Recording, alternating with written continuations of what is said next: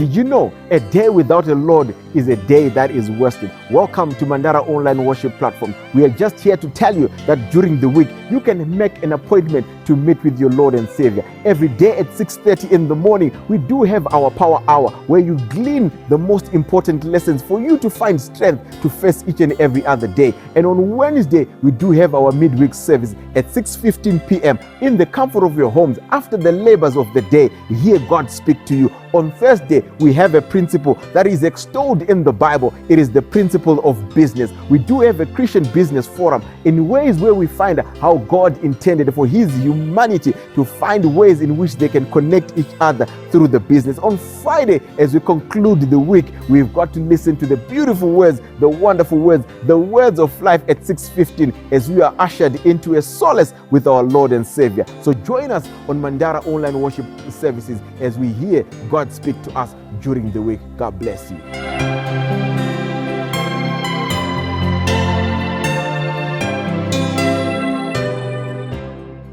Welcome to Kids Time. We are so happy to have you here.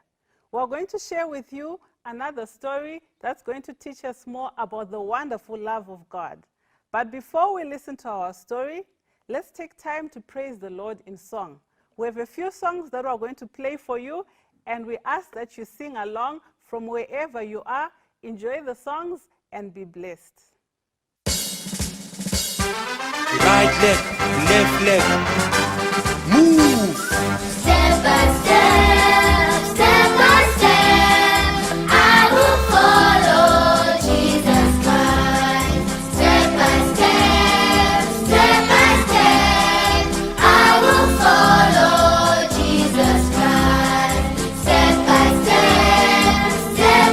step, I will follow Jesus Christ. Yesterday, today, tomorrow, I will follow Jesus Christ. Yesterday, today, tomorrow, I will follow Jesus Christ. Yesterday, today, tomorrow, I will follow Jesus Christ. Step by step, step by step, I will follow Jesus Christ. Step by step, step by step, I will follow Jesus Christ. I will follow only Jesus Christ. I will follow the King of Kings. I will follow till I reach the skies. I will follow till I reach the skies. I will follow till I reach the skies. I will follow till I reach the skies. I will follow only Jesus Christ. I will follow only Jesus Christ.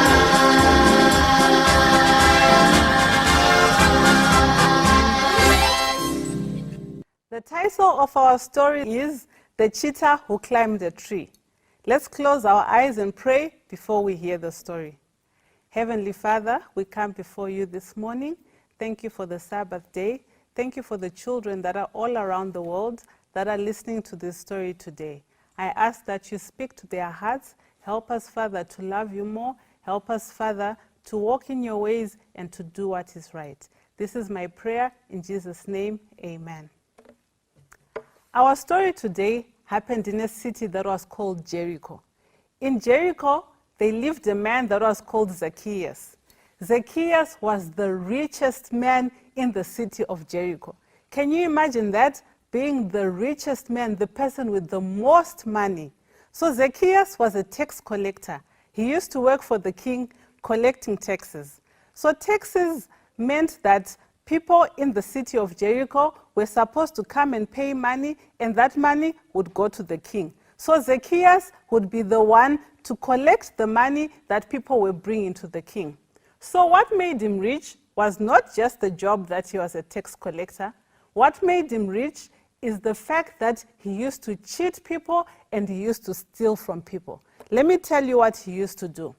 When a man comes to pay taxes, suppose his name was Peter. So he would come and say, "I'm Mr. Peter, I want to pay my taxes to the king." Zacchaeus would take a paper that has the list of all the people that are supposed to pay taxes, and he would look for Mr. Peter's name. If Mr. Peter was supposed to pay 1 coin, Zacchaeus would cheat. He would tell Mr. Peter that he's supposed to pay 2 coins. So Mr. Peter would listen to what Zacchaeus would have said. He wouldn't know that Zacchaeus has cheated him. So he would take the 2 coins and give them to Zacchaeus. Zacchaeus would take the 2 coins and take 1 coin that was supposed to go to the king and put it in the king's money box. And then he would take the other coin that he has cheated Mr. Peter of and put it in his pockets. So every day, because people were always coming to pay taxes to the king, he would cheat them and he would make more money. Sometimes when he went home at the end of the day, he would think about what he's been doing. And he would say to himself, maybe I should stop cheating.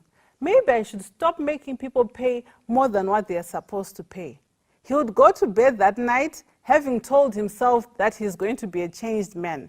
But the next day, when he went to work, he would do the same thing again. He would look at his paper and look for Mr. John's name. And he found that Mr. John would be supposed to pay maybe $5. Zacchaeus would cheat. He would tell Mr. John that he is supposed to pay $20. So Mr. John would take money and count it and give it to Mr. Zacchaeus. Mr. Zacchaeus would take $5 that he was supposed to pay and put it in the king's money box. Then he would take the money that has remained and he would put it in his pocket. So this made Zacchaeus a very rich man, but he became rich by stealing and cheating from people. And as he was stealing from people, he was breaking the commandment that says, "Thou shalt not steal." So one day, as he was carrying out his duties, collecting taxes from people, he heard people talking about a certain man. They said that this man was kind, they said this man was patient, and someone else said that this man could heal people that were sick. Can you guess what the name of the man is? Yes, this man's name was Jesus. People were talking about Jesus, and they were saying Jesus was kind, that Jesus was patient, and that he could heal people that were sick. So Zacchaeus got interested in this man called Jesus. He said to himself, "I'm not sick, my body is fine, but I've got such a sinful, wicked heart. I cheat people and I steal from people. Maybe if I see Jesus, he could make me a better man." So Zacchaeus began to feel hopeful. He thought that if he met Jesus, Jesus would make him a better person. So days went by and he continued collecting taxes from people. One day, as he was sitting by his tax collecting table, he heard someone shouting, "Jesus is coming to Jericho. Jesus is coming to our town." And Zacchaeus got excited. He couldn't believe his ears. This same Jesus that people were talking about was coming to their town. He was very happy. So he stood up from his table where he was collecting taxes to look and see what was going on. And as he looked around, he saw that everyone was rushing out of their homes, stopping what they were doing. They were all going down the road because they wanted to see Jesus. So he left his table where he had been collecting taxes, and he also ran down the road because he wanted to hear about this Jesus that everyone had talked about. As he got closer to the gate of the town, he saw a big crowd, and there was a man in the center of the crowd that was talking to the people. And he said to himself, "That must be Jesus. Let me get closer and try and see Jesus."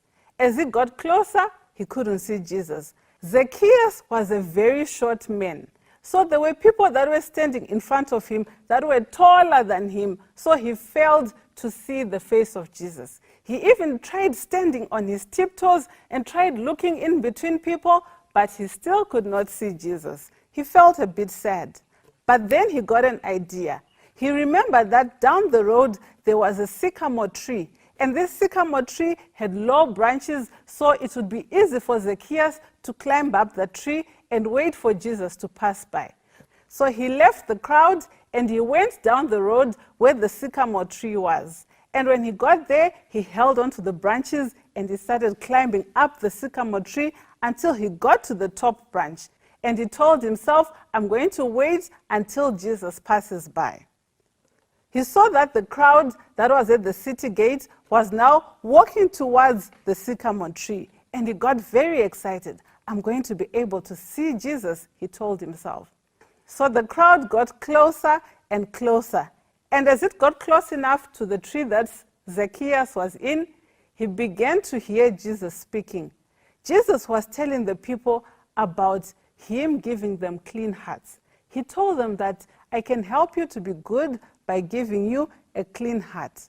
Zacchaeus thought about what he was hearing, and he said to himself, this is exactly what I want.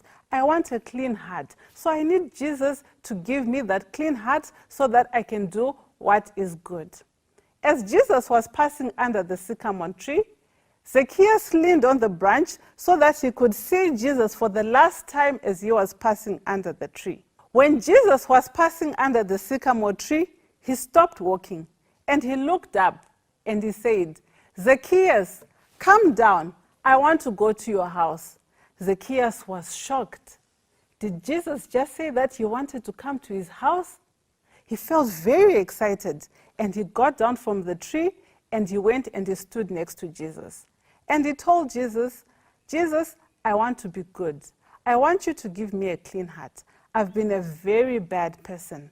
I cheat people when they come to pay their taxes and I'm not happy with that. I want you to help me to become a better person. From today onwards, I don't want to cheat people anymore, and I want to give half of all the money that I have to the poor. And if there's anyone that I've cheated, I want to give them back their money. I won't give them back their money only. I'll give them more than what they had paid when they came to pay their taxes to the king. Please help me to be a better person. So Jesus went with Zacchaeus to his house. And on that day, they spent time together, and Zacchaeus was a very happy man. From that day onwards, he stopped cheating, he stopped stealing from people, he became very kind, and he was now honest. He would only make people pay what they were supposed to pay to the king. Boys and girls, there are times when we do things that are wrong. There are times when we steal from our friends, even stealing a pencil at school. There are times when we lie to our mothers, and there are times when we hurt other people's feelings. We have a special promise that is in the Bible that Jesus has given us that will help us if we want to have a clean heart, if we want to have a good heart. This special promise comes from 1 John 1, verse 9, and it says, if we confess our sins, he is faithful and just to forgive us our sins and to cleanse us from all unrighteousness. This verse is telling us that if we confess our sins, God will forgive us. If we want to confess, we need to kneel down and pray to God, tell him that we're sorry for all the wrong things that we have done, and then we ask God to forgive us. If we ask him to forgive us, he will forgive us, as he's promised us in the Bible. And after he has forgiven us, he will cleanse us of all unrighteousness. Cleansing us from all unrighteousness means he'll give us a new heart and he'll help us to do what is good. How many of you want a clean heart today? There are times that we may have done wrong, but Jesus has told us that he can forgive us. So if you want a clean heart that comes from Jesus, raise your hand from wherever you are and let's pray together. Heavenly Father, we come before your throne this morning, thanking you, Father, for being our special friend. Thank you, Father, for the promise that you've made in the Bible that says, if we confess our sins, you are faithful and you forgive us. Forgive us, Lord, for the times we've done wrong. Help us to do what is right. Help us to do what is pleasing in your sight and to walk in your ways all the time. This is my prayer in Jesus' name, amen. This is the end of our story today. Continue doing what is good, and remember, Jesus loves you. God sees a little sparrow fall, he pities tender view. If God so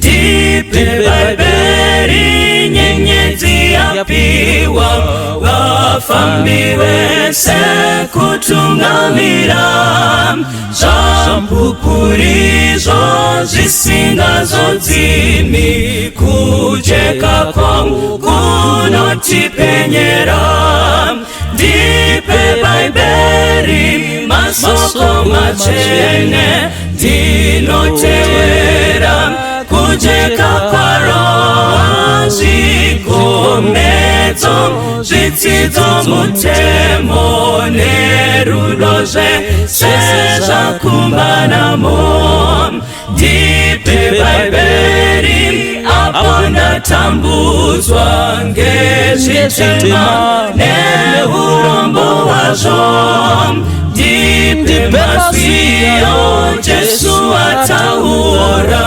kunditondedza aripo pedyo ndipe baiberi masoko machene ndinotevera kujeka kwaro zvikomedzo zvitsidzo mutemo nerudoze sezvakumbanamo ndipe baiberi ndinofamba naro rinditseure ngezvakaipa mwenje werupo nesomunedima kundipangidza nzira kudenga ndipe baiberi masoko machene ndinotevera kujeka kwaro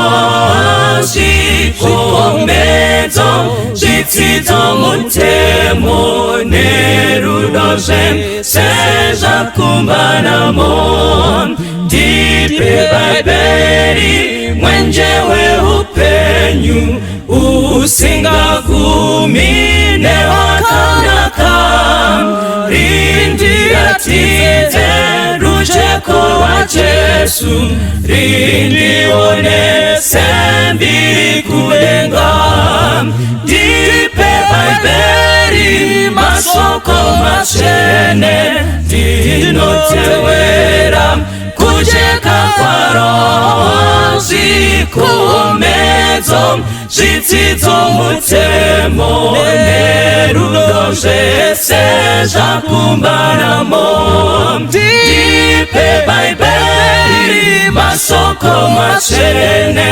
ndinotewera kujeka kwaro zvikomedzo zvitsidzo mutemo nerudoze sezvakumbanamo zvikomedzo zvitsidzo mutemo nerudoze sezvakumbanamo zvikomedzo zvitsidzo mutemo nerudoze sezvakumbanamo.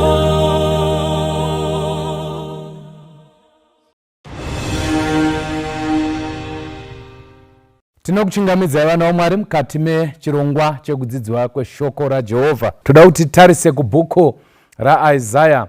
Isaiah 55 ndichaverenga kubva pavhesi ya6 kusvika pavhesi ya9. Ngatimbowanai mukana wekunamata tisati taverenga. Ishe tomutendai patakuverenga soko renyu, tokumbira kuti mutiropafadze naro, ini ndidzikisirwe, imusimudzirwe. NaJesu tanamata. Amen. Isaiah 55 verse 6 kusvika pa9. Shoko raMwari rinoti, tsvakai Jehovha achawanikwa, danai kwaari achiri pedyo. Akaipa ngaasiye nzira yake, nomunhu asakarurama mirangariro yake ngaadzokere kuna Jehovha. Iye uchamunzwira nyasha nokuna Mwari wedu, nokuti achakanganwirwa zvikuru. Nokuti ndangariro dzangu hadzizi ndangariro dzenyu, nenzira dzenyu hadzizi nzira dzangu, ndizvo zvinotaura Jehovha. Nokuti denga sezvarakakwirira kupfuura nyika, saizvozvo nzira dzangu dzakakwirira kupfuura nzira dzenyu, nendangariro dzangu kupfuura ndangariro dzenyu. Musoro weshoko unoti kutsvaka Jehovha. Kutsvaka Jehovha. Isaiah akati siyanei nevamwe vaprofita veOld Testament nokuti iye anotaura zvakanyanya pamusoro pekuuya kwaMesiyasi neumambo hwaMesiyasi. Saka achizonzi muprofita wevhangeri, the gospel prophet. Saka muchaona kuti kubva pavhesi yekutanga tinosangana nerukoko rukokiwa vanhu kuti vauye kuna Jesu. Rukoko runofananidzwa even nerwakaitwa naivo Jesu pachavo kuna Mateo 11 verse 28, uyai kwandiri imi mose makaneta makaremerwa. Saka kubva pavhesi yekutanga yachapter 55 kusvika pavhesi ya5 rukoko rukokiwa vanhu kuti vauye kuna Jesu. Mukatarisa rukoko uku gunotaridza kuti vanhu ava vari kudaidziwa kuti vauye kuzobhenefita, kwete kuti ari kuvadaidza pane chaachawana pakudaniwa kwavo. But vhesi ya6 panowaipo patichatarisa pane zvinhu zvinokwana kuita 5 zvada kutarisa zvinopindura mubvunzo wekuti zvinoreveiko kutsvaka Jehovha. Chii chinombonzi kutsvaka Jehovha? Mukaerenga vhesi ya6 inotsanangura pfungwa iyoyo, inoti tsvakai Jehovha achawanikwa, danai kwaari achiri pedyo. Zvinoreva kuti kutsvaka Jehovha, it is to call upon the name of the Lord. Kudaidza zita rake.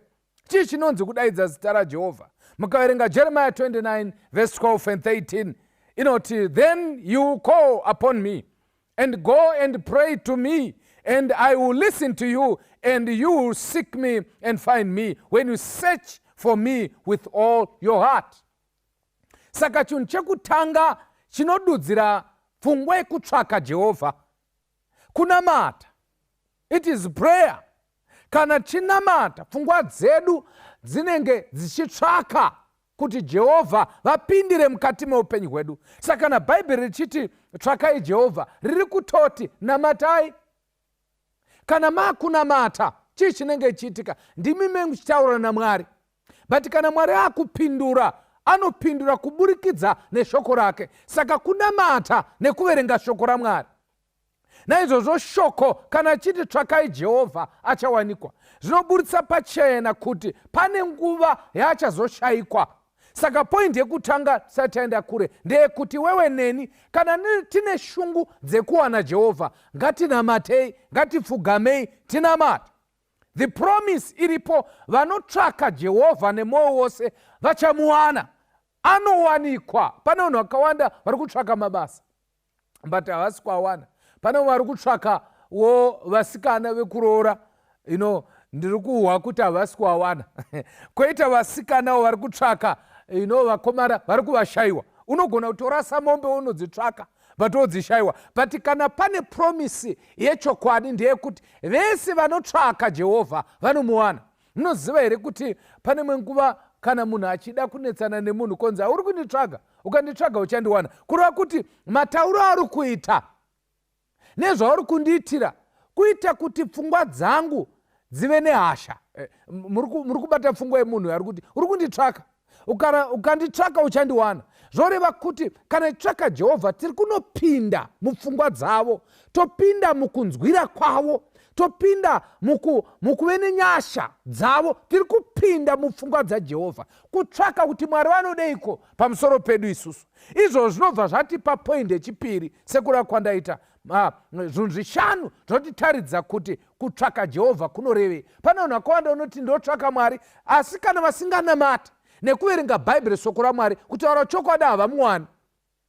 Mwari anowanikwa wakapfugama. Hatipindi musango kana kugugula kutsvaka Jehovha. Kana tonamata mavhi edu maviri ndokugugula kuti tiwane Jehovha, but haumuwani kana usingaverengi shoko, because it is through his word that all our prayers are answered. Minamato yedu inopindurwa kuburikidza neshoko rake. What am I saying? Kana uchinamata pamusoro pekuti unoda mbereko, ukaverenga mukati meshoko raMwari uchasangana nechemberi yanga yachembera yakanga ichinzi Sara naAbraham. Mwari wakaita sei? Akavapa. Saka kana wakunamata unoclaima the promises of Genesis chapter 18, Genesis chapter 17, kuti Mwari zvamakaitira kuna mbuya Sara ndokumbira kuti mundiitirewo ini, nokuti muri Mwari asingakundikani. You are a God of impossibilities. So kuverenga shoko raMwari kunotikwededza mumhinduro dzaJehovha pamunamato yatenge tichiita. Point number 2, zvinorevei kutsvaka Jehovha? The Bible says, verse 7, akaipa ngaasiye nzira yake, nomunhu asakarurama mirangariro yake ngaadzokere kuna Jehovha, iye uchamunzwira tsitsi. Amen. Funga ndoda tumuandalaine musoro ndeyekuti ngaadzokere. Hautsvaki Jehovha kana usina kunge unaye. Unotsvaka mombe dzaungaona dzozvo, unotsvaka chunhu chauri kuziva chauri kudaka, unotsvaka kandokunge uchiziva kuti uri kutsvagei, unoziva kuti chinokushayisa zvimwe zvinhu kusaziva kuti zvii zvauri kutsvaka. Kana ukasaziva chauri kutsvaka kuti unoda chinhu chakaita sei, zvii chaizvo zvauri kuda, matsvakiro anokunetsa. Saka vari kunzi ngavadzokere, kureva kuti pane imwe nguva yatinenge tiri kuna Mwari tobvisiwa nezvimwe zvinhu zvinoitika muupenyu. Saka kutsvaka Jehovha kechipiri, point yechipiri, it is to do what? To forsake ways and thoughts that dishonor him. Amen. Kusiya nzira, right? Nepfungwa dzisingakudzi Mwari. What does that mean in a one word? To repent.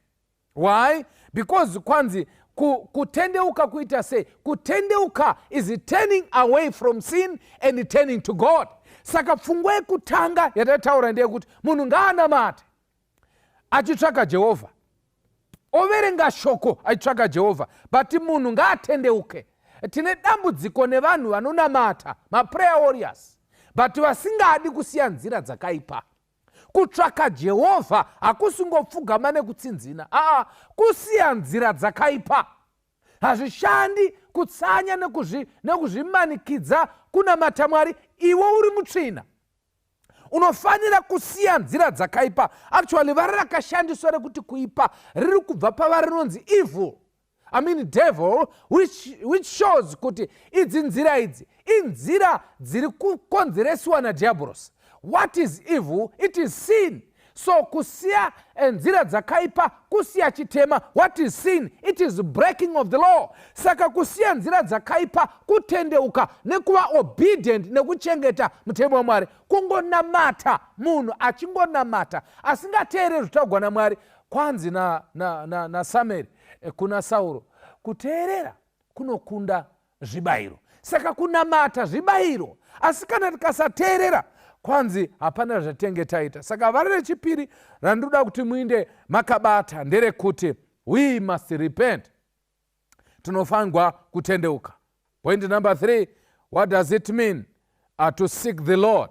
The Bible says in verse 19 of Isaiah chapter 8, zvino kana vachiti kwamuri bvunzai masvikiro navavuki vanorira nekuita zevezeve, ko vanhu havafaniri kubvunza Mwari wavo here? Ko vanofanira kubvunza vakafa pamusoro pavapenyu here? You see now, Isaiah achitsiura pamusoro pemararamiro anofanira kuita vanhu paupenyu huno. Isaiah anoti kana muchipiwa advice yakaipa mukaiteerera hamugoni kuwana Jehovha. Saka point yechitatu inoti to consult him instead of consulting counterfeit revelations. In other words, uku kuvhunza Mwari. Nyaya yekuvhunza Mwari ndiye kuti Mwari ndoita seiwo pachinhu ichi. Unenge wasangana nekurwara kana kurwarirwa kana dambudziko rausingahwisi mukati meupenyu. Kune zvinhu zvinoitika mukati medu zvisingahwisisiki chii chinoitika. Nyaya zhinji dzandinowana tichitaura nevanhu dzinotaridza kuti Satani ari kushanda nesimba kuvanhu, kuvhiringa vanhu kuti vanhu varege kutsvaka Mwari. Saka Bhaibheri soko raMwari riri kuti kana muchizenge mapuwa mazano ekuti mubude mucertain problem, but mazano acho ari ekuti musiye Mwari, mubvunze vakafa, nokuti vakafa hapana chaunoziva. Kwanzi vanhu vafanira kuvhunza Mwari here pamusoro pezvinovanetsa. Saka kana uchida kutsvaka Jehovha mukati muupenyu hwako hwese, bvunza Mwari, usabvunze masvikiro kana kubvunza n'anga kana kubvunza vaprofita vakaipa varipo pakati pedu ezvino vari kutambudzwa nadhiabhorosi nezvinhu zvakasiyana siyana. Tichavanamatira kupera kwerusando, but nekuda kwokuti vanopererwa, vanopiwa mazano kuti izvi hazvichadi kunamata izvi, izvi zvakuda kuti umbobuda unodzoka ureurura. Vazhinji vari kubatiswa tsvina nasatani kutsvaka mhinduro pane zviri kuvanetsa. But the Bible says munhu waMwari haafani kuhere kubvunza Mwari padambudziko rake. Usabvunza sekuru kana mbuya kana kubvunza muprofita kana anoita zvemazango kana anoita nteve kana zvekusungirira. Bvunza Jehovha. Unobvunza Mwari seko through the word of God, through prayer. Kana wanamata ukaverenga shoko, Mwari anokupa mhinduro kuburikidza nemunamato wako uye nekuverenga shoko. Vazhinji vari mudambudziko rakasiyana siyana. Vamwe vacho vapoya, vabuda, vaenda kunovhunza. This is why ndichifunga kuti Mwari vakati kuna Adam and Eve, imi muri mubindu reEdheni, ndakupai zvese kuti mudye, ndakupai zvese kuti zve pasi penyu, asi ndoda kuti muti uyo wokuziva chakanaka nechakaipa musaubata. Kana kudya muchero wayo, musi wamunozviita muchafa zviro kwazvo. Muti uyu wakanga uchinzi muti wekuziva chakanaka nechakaipa. Indinowanza kufunga kuti zvakanaka imwe nguva kusaziva. Kuziva kwakaipa. Kuda kuziva hope dzese dzawarota dzinorevei, pakangwete chakati zvinorevei. Kuziva kwakaoma. That's why vakuru vachiti ukatsvaka makudo mugomo unoawana. Vanhu vakawanda vanoda kuzurura pamusoro peupenyu hwavo, vanopedzisira vapinda mukati mematambudziko emashavi nekupinda matambudziko edzin'anga. Kuda kuziva. Bhaibheri soko ramanotizivisa kuti kana moda kuziva, ziva Jehovha. Ukaziva Mwari, iye uchakuprotekta muzvinhu zvako. Zvawaziva kuti ndivatete vakakonzeresa kuti usarogwe, zvinodi. Zvawaziva kuti ndo akaita kuti mwana atadze kupasa chikoro, aite rombe, zvinova kudi. Kuziva kunokuita problem. But kana ukaziva Jehovha nekuvatsvaka, zviro kwazvo waponeseka nokuti unenge wakaputirwa pazuva zvepano panyika, but uchiziva zvekumusoro kudenga. Pavakangoziva vana Adamu neEvha, vakasiyiwa vakashama. Kuziva kumwe kunoita kuti tibviswe zvimiro nekubviswa mbiri yaMwari, tosara tiri mukati memadhaka. Ndiri kufunga kuti izvozvo zvokuti hauna chaunoziva izvozvo zviri nani. Handisi kuda kuziva Mwari, ndiri kuda kuziva zvinoitika paupenyu hwako. Of course unotofungira kuti there is something. Ramba wakangodaro, kwete kuzvitsvaga. Paunozvitsvaga Satani anozvifumura achitaura, anoroya uko, unoroonora kune imwe nzvimbo.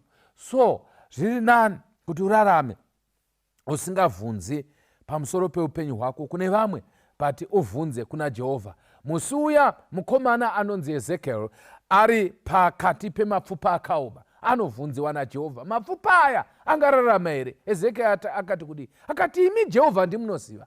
Anoziva kurarama kwezvinhu zvakaoma ndi Jehovha. Usabvunza munhu pamusoro peupenyu hwako, haana chaanoziva. Anoziva ndi Jehovha. How do you ask God? You pray. Kana wanamata, Mwari unokupa simba rekusangana nemaproblems wayo nekubuda mukati mawo. Kana waverenga shoko, unoona vamwe vakakunda, vakasangana nemaproblems akafanana nawo kusangana nawo. Shoko rinoti hapana chitsva chamusangana nacho chisina kumbosanganikwa nacho. So point number 3, usabvunzira ba. Chanamatira vanhu vakaendako, vachiri kutoendako, vari kuti ni pastor ndakaguma ndaendako kunovhunza chii chiri kuitika. Tichavanamatirwa kuti Mwari avasunungure vabvunze Jehovha, nokuti vakafa hapana chavanoziva. Point number 4, tikubata vara rekutsve tingatsvaka sei Jehovha, zvinomborevei kutsvaka Jehovha. Point number 4, chapter 9 yaIsaiah verse 12 and 13. Ndiri kumhanya pana Isaiah ndo panda vhomora nyaya dzangu. Isaiah chapter 9 verse 12 na 13, the Bible says, vaSiria pamberi navaFiristia mashure vachapedza Israeri nemuromo wakashama. Nyenge zvakadaro kutsamwa kwake hakuna kudzorwa, asi ruoko rwake rwakaramba rwakatambanudzwa nazvino. Amen. Asi vanhu havana kutendeukira kuna iye akavarova, havana kutsvaka Jehovha wehondo. So point number 4, apa muchatoona kuti kunyange maIsraelites vaisangana nemaproblems ekuti vaAsiria vaivatora navamwe vese nevaFiristia, Mwari wainyambudzira achifungidzira kuti kana vanyambudzirwa vanodzokera kuna Jehovha. But the Bible says ruoko rwake rwakaramba rwakatambanudzwa kuti vanhu vauye, but vakaignora. Kwanzi havana kutendeukira kuna Jehovha. Saka chii chinombonzi kutsvaka Jehovha? It is turning to God for rescue from his own anger. Maibata here? Kutendeukira kuna Mwari, kuti dzikinugwe kubva muhasha dzake. Sechiti hasha dzake, shamukai. Iva Assyria nevaFilistia ndidzo hasha dzaJehovha. Vamwe vaFilistia mukati meupenyu ndizvo zvatosangana nazvo. Mwari achitinyambudzira kuti tidzoke mukati mezhira. But kana tanyambudzigwa tobva tapanduka, tobva taenda, tarasa nekusiya ruoko rwaJehovha rwakatambanudzwa. And ipapo in number 5, chii chinonzi kutsvaka Jehovha? Isaiah 31 verse 1 inoti, vane nhamo vanomukira Igipita, vanoburukira Igipita kundotsvaka kubatsirwa, vanotenda mabhiza, vanovimba nengoro dzekurwa nadzo zhinji, uye navatasvi vamabhiza, nokuti vane simba kwazvo, asi havatariri kuno mutsvene waIsraeri kana kutsvaka Jehovha. Amen. Saka zvinoreveko kutsvaka Jehovha? Kutsvaka Jehovha, it is to ask for his guidance, to put our trust in that in him rather than human strength and wisdom. Saka kutsvaka Jehovha, kutsvaka kutungamirirwa naiye. Chipanga mazano wedu ngave Jehovha, and then tovimba naye, pane kuvimba nemunhu, kana kuvimba nesimba redu, kana kuvimba nenjere dzedu kana dzavanhu. Isaiah anoti, kuIgipita kuchadzokeko, nokuti Israeri yanga yakuti Igipita mutibatsirewo pahondo dzedu. Jehovha akati, aizvo mobatsigwa neIgipita kwamakabva. In other words, kudzokera kwatakabva hakuchaiti. Hazvichaiti kudzokera kumashavi, hazvichaiti kudzokera even kun'anga. Ndiri kutaura newe sisi, kudzokera mustriti futi, kuti ufambe futi usina kupfeka, hazvichaitiba. Actually, kuti uone kuti hazvichatoiti, vanga vachizviita vakutobvako, vari kuuya kuna Jesu. Kudzokera futi mumadhiri asina naMwari hazvichashanda ba, zvakaexpire. Vanhu vakuuya kuna Jesu, everyone pfungwa yake yakufokasa pana Mwari. So let us seek for God's guidance in everything zvatoita mukati meupenyu. Mwari ngaatsvagwe kuti Mwari ari kuda kutiite sei. It's high time, Israel, kuti tsvage Jehovha. It's high time, vanhu vaMwari, tibve kuzvinhu zvenyika tiinde kuna Mwari, nokuti Jehovha ndiye ega ane simba redu. Vamwe vanovimba nemachinda, vamwe vanovimba nengoro dzehondo, but isu, we will remember the name of the Lord. In the name there is power to conquer sin. Muzita mune simba rekukurira chitema. Muzita raJehovha ndimo mune mari dzedu, ndimo mune zvese zvatingada. Ukaridaidza 4 verse 12 yamabasa apostora, hakuna rimwe zita ratakapiwa kudenga nepanyika, no other name except the name of the Lord Jesus. Saka tadaidza zita raJesu, tadaidza ndiro zita. So seeking the Lord is to seek for his guidance and put our trust in him rather than in human strength and wisdom. Hatimboendai pane mubvunzo pamaminitsi gumi asara tigonamata wekuti, why should you seek the Lord? Ngenyi uchifanirwa kutsvaka Jehovha?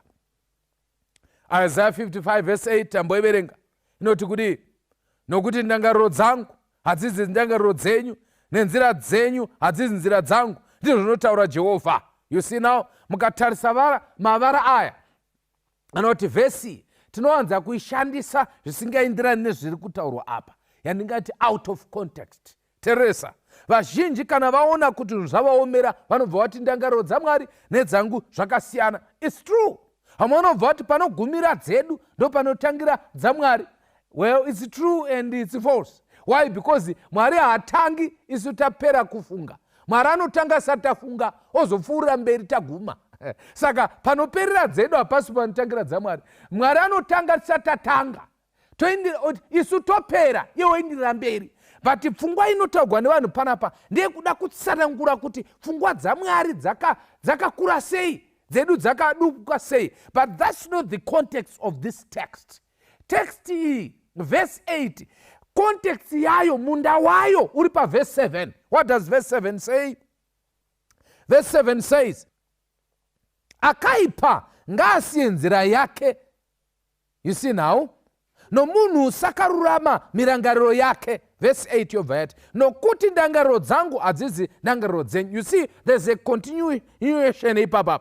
Munhu akaipa. Saka point yekutanga why we should need to seek the Lord ndezvekuti our thoughts and his thoughts are different. Pfungwa dzake nepfungwa dzedu nenzira dzedu, our thoughts and ways. You see now, pfungwa dzedu nenzira dzedu nepfungwa dzake nenzira dzedu zvakasiyana. Saka tiri kumutsvagirei? Tiri kumutsvagira kuti tive mupfungwa dzake. Teresa, tiri kumutsvagira futi kuti tive munzira dzake. Saka bhaibheri riri kuti panapa, imimi mune nzira dzakaipa asi inini ndine nzira dzakanaka. Imi mune pfungwa dzakaipa asi ndine pfungwa dzakanaka. Teresa, what does the Bible say kuna Jeremiah 29? You remember Jeremiah 29? Inoti kudi ndine mirangariro yandiri kufunga pamusoro penyu. Munoida kavhesi here. Mirangariro yandinayo mirangariro yakanaka. The thoughts that I have toward you, mirangariro yakanaka. But mirangariro yemunhu pamunhu yakaipa. But ya Jehovah yakanaka, yekumupa ramangwana rakanaka, magumo akanaka. You see now, mukatarisa ndangariro dzemunhu, ezvo munhu wakamutarisa yoda nofungidzwa kuti muri kuwirirana. But zvaanenge achikufungira, I don't want to lie, munhu anokufungira zvekuti anokupedza. Iwo ninge tiri kufamba tese, muri kuona ndangariro dzemunhu dzakaita sei. Cain akafungira munun'una wake zvakaipa Abel. And then the Bible says, kwakanzi naCain, ngatifambe mumunda. Unoziva soka? Iye ega ndiye aiziva zvaakanga achida kuita kumunun'una. Kwakufamba mumunda, vachimema, hatifambe. Uri kuona icho? Ndiri kuchiona. Uri kuona icho? Ndiri kuchiona. Kuitira kuti Abel arivare. Until Cain atora dombo, ukaerenga. You see, great controversy, even patriarchs and prophets. Ukaverenga uchaona kauraigo kakaitwa Cain inonzi brutal killing. You see now, it's not just murder, but akauraya zveutsinye mukati. Number one, because akanga asingazivi chinonzi kuuraya munhu achiziva zvemhuka izvo. You see, kunonzi akamurova nedombo ndobva awira pasi, ndobva akachakacha musoro. You see now, saka kuuraya kwaita Abel akamunyengedzera sekunge ari kuwirirana naye. Tigere pakati pevanhu vane mfungo yakaipa pamusoro pevamwe. Anokusekerera kudai but hakudeba.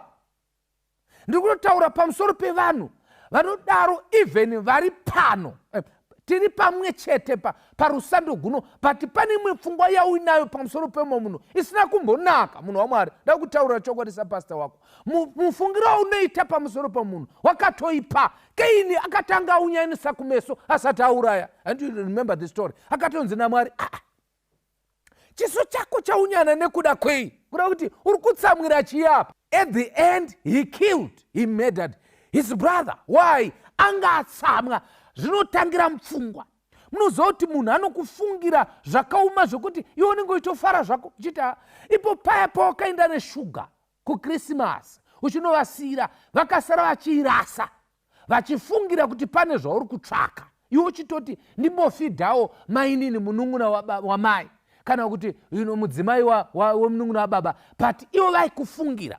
As I speak right now, pane vanhu vari kukufungira zvakaoma, vari kutoti iwe zvauri kuita zvemanyawi, zvose zvauri kuita kuti handoda kubatsirana kuti pane chauri kuitira.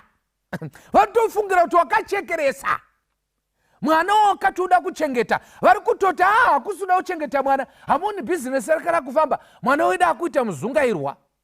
You see now, iwe uri kuti nditorewo mwana womuning'ina ndigare naye ndimuendese kuchikoro kwanzi ini ndava, pane chaari kutsvaka. Pane kufungirana kusina kunaka. Pfungwa dzemunhu pamusoro pemunhu dzakaoma vanhu vaMwari. Asi pfungwa dzaJehovha, haleluya, Jehovha ane pfungwa dzakanaka dzekupa munhu anofungira umwe munhu zvakaipa. Saka kwanzi panapa naIsaiah, you see now, you must seek me. Why? Because my thoughts and my ways are different from yours. Dzangu inini nedzenyu zvakasiyana, nzira dzangu nenzira dzenyu dzakasiyana. Munoziva kuti vanhu vane nzira, maaction action ka speaks louder ka. Noziva kuti munhu anokurera action ekunoona kuti apa ari kureva zvakati action. But ma-actions aMwari kana Mwari wakumuvha in space yeupenyu hwako, if God moves into your space, things will begin to happen. Kana Mwari akafamba muspace yeupenyu hwako, zvinoitika. NdiJehovha ane ma-actions akanaka paupenyu hwedu. So this verse manje inoti nzira dzangu nenzira dzenyu dzakasiyana zvakaita denga nenyika, zvinoreva kupatsana kwakaita mafambiro edu nemafungiro edu neaJehovha, kuti zvakasiyana zvakaita denga nenyika. Saka mobva maona hoche koche kuti why should we seek the Lord? Because isu tine nzira dzakaipa, tine pfungwa dzakaipa, asi Jehovha vane pfungwa dzakanaka, vane nzira dzakanaka. Saka tovatsvakira kuti vatipe pfungwa dzakanaka. Saka pachane uye ndoda kuti nditini, let us seek the ways of the Lord. Tinamate titi Mwari tipewo nzira dzakanaka, mutipe pfungwa dzakanaka.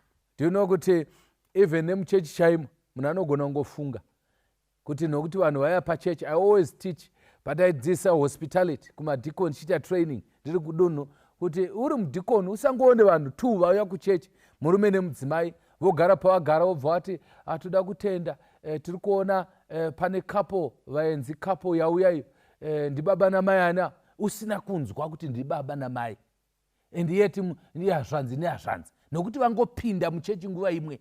Nozva kungofungira so. Pane vanhu vanongofungira kuti ningi naningi vanodanana, handihwisisi kuti zvombofamba sei. And some of the people vanofungirwa masingle, handizivi kuti muda kuti varogwe sei kana ivo vakasambofambidzana nevamwe vanhu vari masingle. Munhu akakwanza mufambiro ari kuita iye musinguru uyu nemusinguru havasi kufamba zvakanaka, muda kuti vafambe sei? Muri kumbofamba sei?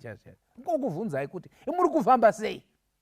Munhu akangodai kunzi hamuna kumuona zvaita, maona ziso raandipa, maona ende vari kutarisana. Do you know kuti Satan pachake anogona kukukonektai because anokuzivai kuti muri kufungira muri mwenyu kuti audanana nenhingi uya, anokukonektai zvokuti muite sekunge mavaona vachiita zvinhu izvozvo, nehope dzinouya. Siyanai nepfungwa dzakadaro, pihwai pfungwa kwadzo dzaJehovha. Handisi kuti hazisi kuitika, but zvinokuonzai, munoonda munopera pasina chiri kuitika. Imwe nguva pane chiri kuitika, pazvigokubatsirei kana mapihwa pfungwa dzaMwari, zviro kwazvo muchafamba zvakanaka. Do you see kuti pfungwa nekufamba zvinhu zvinofambidzana izvi? Kana une pfungwa dzakanaka unofamba zvakanaka, kana une pfungwa dzakaipa uchafamba zvakaipa. Saka point yekutanga ndeyekuti we should seek the Lord so that he will operate us and give us his mind. The mind of the Lord ndeyekuti tive neupenyu husingaperi. If you check the second point on why, inotaura kuti so that we will not be punished but pardoned. Inotsanangwa pavhesi ya5 pavhesi ya7, iye achamunzwira nyasha nekuna Mwari wedu nokuti achakanganwira zvikuru. Muri kuzviona? Saka tinotsvaka Mwari kuti tikanganirwe zvikuru, so that we can be pardoned and not be punished. Saka kutsvaka Jehovha kutsvaka kururama kwavo. That's why 6 verse 33 ya Matthew note, seek ye the kingdom of God first and his righteousness, all these things shall be added. Zvinoreva kuti kana tichitsvaka Jehovha tinoti Mwari vave kumberi kwoupenyu hwedu, isu tichitevera. Lastly but not least, why should we seek the Lord? Kuti Mwari atitungamirire, because the nearness of God is in this moment. Kuvepo hwaMwari huri pedyo. Did you hear achinzi tsvakai Jehovha achawanikwa? Zvinoreva kuti pane nguva yaachazoshaikwa. I want to talk to someone before I pray. Nyaya dzatiri kuita pana dzichasvika pakuguma. Rimwe ramazuva kudetembera kuchapera, rimwe ramazuva kuparidza kuchapera, rimwe ramazuva kuita zvatiri kuita kune kusisina Mandara service. One of these days the trumpet shall sound. Hamuchambonzizve mharidzo chiparidzwa. Musatambise mukana. Tsvakai Jehovha achawanikwa. Danai kwaari achiri pedyo. In other words, nguva yekuponeswa kana ichiripo unofanira kuishandisa. Vazhinji vedu takatambisa opportunity payakauya. They say opportunity presents itself once in a lifetime. mukana wekuita mari vamwe vakaukuta ukapfuura, mukana wekuti zvifambe muupenyu vakaurega vakasazowana zvakare, mukana wokuponeswa. Kana Jehovha ataura newe usatambisa mukana. Ndofarira kamwe kambo kanoimbwa kanzi rimwe ramazuva kudetembera kuchapera. I'm talking to someone kudetembera kuchapera, kunyengetedzwa kuti uponeswe kuchapera. There will come a time pauchazonzwa. Bvunza Noah kana uchiti ndinonyepa. Noah akanga achida hama dzake kuti dziponeswe, but the Bible says mukova wakavhagwa. Wanga usina kugara wakavhagwa vanhu vaMwari. Mukova wakambozarugwa 1 week Noah arimo, mukova wakazaruka. But the Bible says when the door closed, vakada kuti vapinde zarura. Noah akati kuzarura ndingada, muri hama dzangu, ndimi vana Shokoseni, ndimi vana Musiamwa, tiri vanhu vamwe, muri vanhu veropa. But my problem is handisini ndapfiga. Handizivi kuti kana inzwa Noah ndokumbotaura newe, handizivi kuti kana usina kupfiga haugoni kuzarureni. Noah arungoreva kuti nyange dai ndaida kuzarura, ruoko gwapfiga kune simba kudarika ruoko gwangu. Ari kutotaura handigoni kuzarura. Saka ari kutoti dai mataura neapfiga. Muri kuinzwa here? Saka nguva yekutaura neanopfiga ndeino pasati papfigwa. Hautauri papfigwa kuti chindizarurirai. Rambe rakazaruka. Rega. I want to talk to someone kuti mukova kana wakazarugwa, shandisa mukana wokupinda, nokuti mukova uchapfigwa. Kana wapfigwa, ndoda kukutaurira, Jesu akaberekwa nguva yakwana, akafa nguva yakwana, but haana kugara mbwiro, akamuka akaenda kudenga. Vakasara vachibwaira kanzi abiwa vachinyepa, but vachazomuona akudzoka kwechipiri. Inguva iyoyo kana nguva ichinge yakwana, vakanga vakadaro sewe, but vakazobuda mugota vakachata, vatoene vazukuru. Nguva kana ichinge yakwana, Jehovha vachakuburitsa muproblem. Saka kana wawana opportunity yekuti unzwe shoko raMwari, please, I'm pleading with you by the grace of God, shandisa mukana wokuponeswa.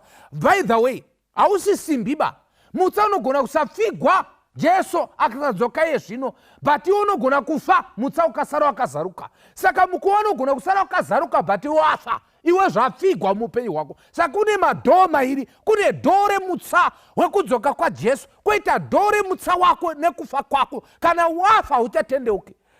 The door is open. Zambara rakazarurwa kuti wewe neni tipinde. Is this your prayer, Pastor? Pastor ndinamatireyo, ndodawo kushandisa mukana wemukova wakazaruka. Nditsvake Jehovha. Kana ndamutsvaka ndimuwane, nokuti shoko raMwari rinoti vanotsvaka Jehovha vachimutsvaka mweya nemuzvokwadi vachamuwana. Kana uchinge wamuwana, Jehovha uchavapa upenyu husingaperi. Is this your prayer? Ndoda kutsvaka Jehovha. How should you seek the Lord? By prayer. How should you seek the Lord? Siya nzira dzakaipa. Unotsvaka sei Jehovha? Usainde kun'anga nekuvaprofita vakaipa. Unotsvaka sei Jehovha? Iwe pachako uya kuna Jehovha kana wasvika panguva yekutambudzika. Seek for his rescue and then tsvaga guidance yavo. Kana wazvitsvaka, Jehovha anoti ndangariro dzangu nenzira dzangu dzakapesana nedzenyu, tsvakai dzangu tigova vanhu vamwe chete. Ellen White anoti kana character dzedu dzafanana naMwari, Jesu achauya kuzoclaima his own. Is your prayer saying ndoda kutsvaka Jehovha?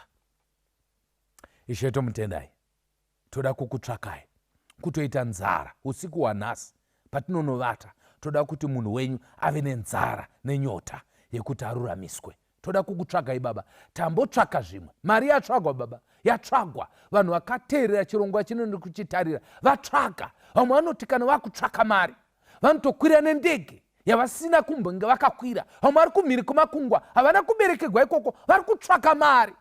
Busy kutsvaka mari. Zvakaipei kuti vararame? But Mwari haasi kutsvagwa Baba. Tibatsirei tikutsvagei. Vamwe kana vakutsvaka goridhe vanoenda pasi 100 meters 2 kilometers vachitsvaka ibwe goridhe. But imi Mwari hamutsvagwe. Ndimi mega masara kutsvagwa. Vari kutsvaga mabasa, vari pamabasa vanotsvaga mabasa. Please Father, give us the guts dzekukutsvakai mukana uchiripo. Kana takutsvakai mati muchawanikwa neanotsvaka nemwoyo wose. takutsvakai baba, wanikwai nesu, wanikwai nemusikana uyu, wanikwai nemukomana, wanikwai nebaba, wanikwai nemhuri, wanikwai neZimbabwe. Muzita raBaba nereMwanakomana nereMweya Mutsvene. Amen. God bless you.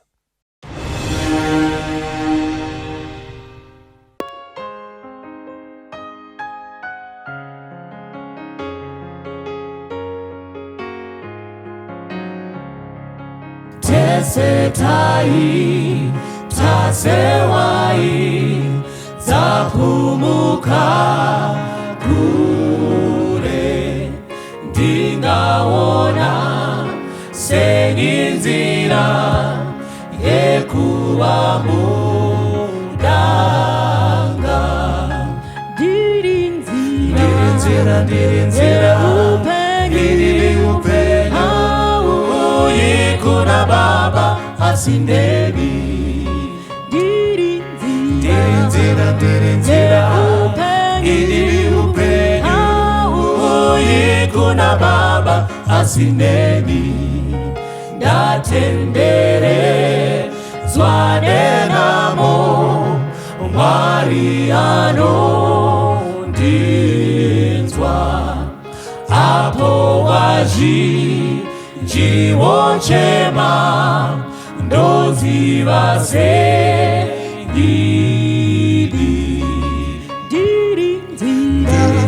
Ndirinzira upenyu uyi kuna Baba asindeni. Ndirinzira upenyu uyi kuna Baba asindeni. Kuna Kristu nzira neni, handichapumuki. Oniisa kuna Baba kumusha wembiri.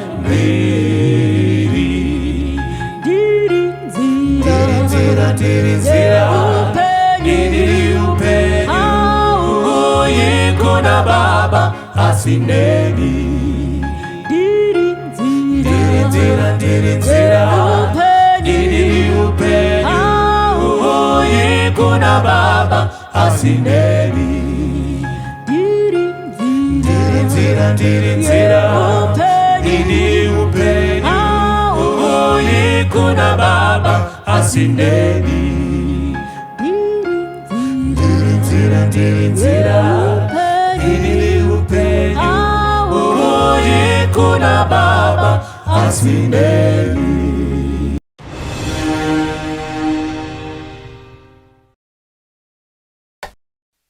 Sheveneka upenyu wangu, nanganidza ishezvandiri.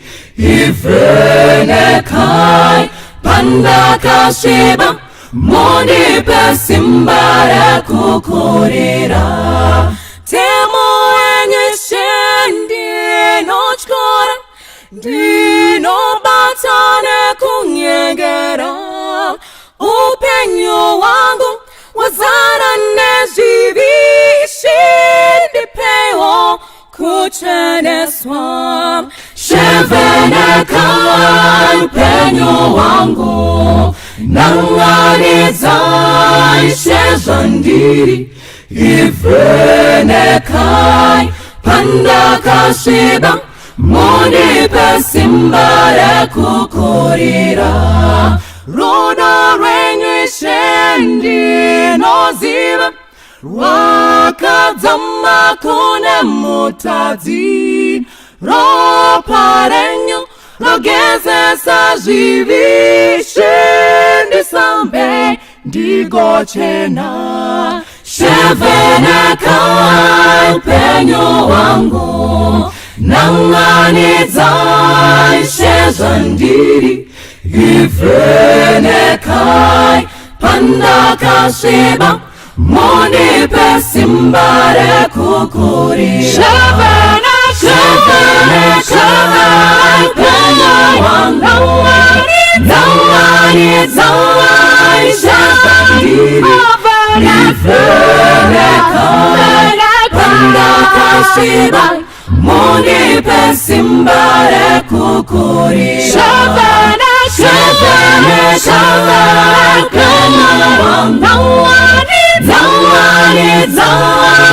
Shavandi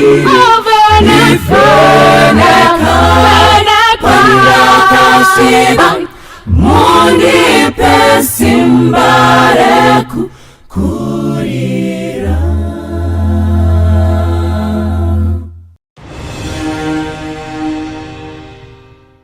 Amazwi angcwele asinelwe uhambo lwethu khona emhlabeni asichazele inhliziyo yakhe ovuma ngena enhliziyweni yakhe amazwi okugcina asithemba asipha amandla ayasinwetha lapha emhlabeni siyalahleka amazwi endulo ekhaya amazwi amahle aguqulile inhliziyo zethu yebo sizile baba siyavuma baba sizoni baba enhliziyweni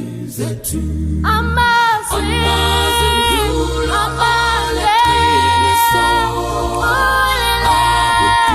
inhliziyo zethu yebo sizile baba siyavuma baba sizoni baba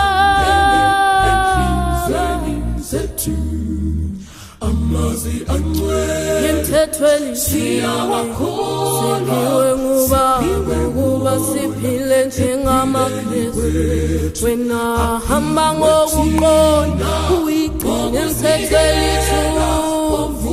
ukholwe kuJehova amazwi angcwele agcine uhambo lwethu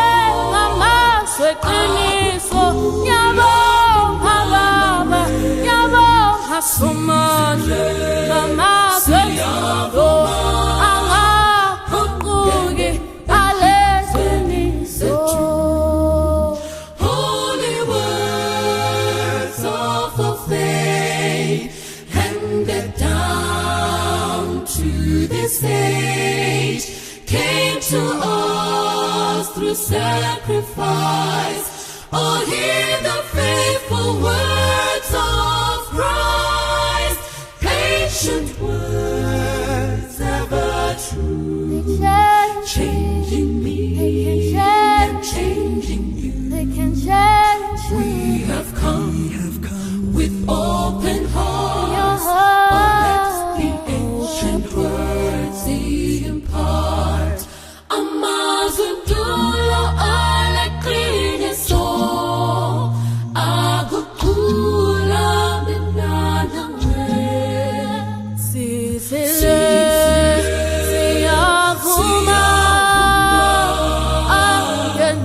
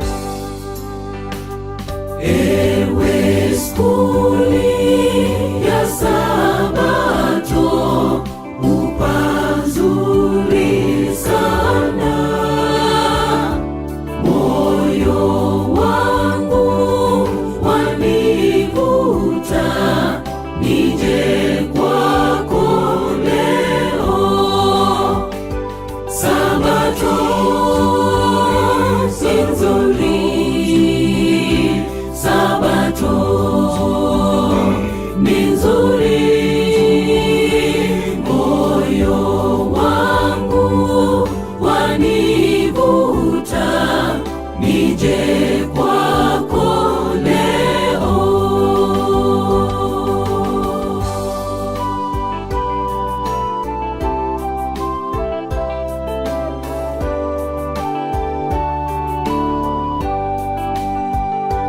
Moyo wangu mpotovu hapa una raha, ndipo nimwonapo Yesu, nije kwako leo. Sabato si nzuri, Sabato ni nzuri,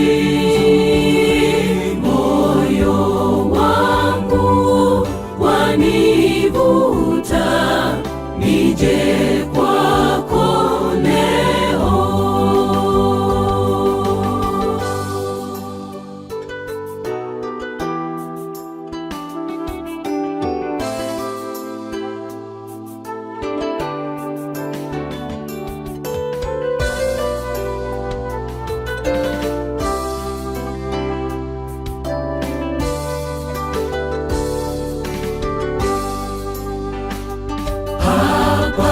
Yesu mwenye pendo aniita pole,